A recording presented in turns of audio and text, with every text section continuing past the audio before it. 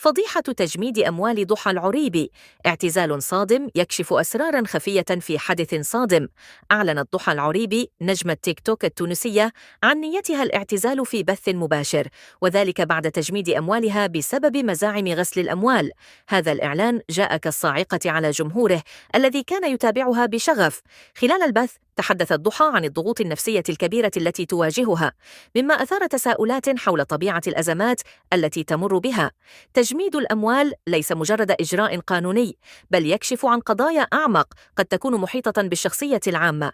ردود فعل المتابعين كانت متباينة، فبينما أظهر الكثيرون دعمهم لها، بدأ البعض يتساءل عن مدى صحة الشكوك وما قد يترتب عليها من تداعيات على مستقبلها المهني. غياب ضحى عن منصات التواصل الاجتماعي سيكون له تأثير كبير على المجتمع الرقمي، حيث تعتبر واحدة من أبرز الشخصيات التي أحدثت فرقاً في هذا المجال.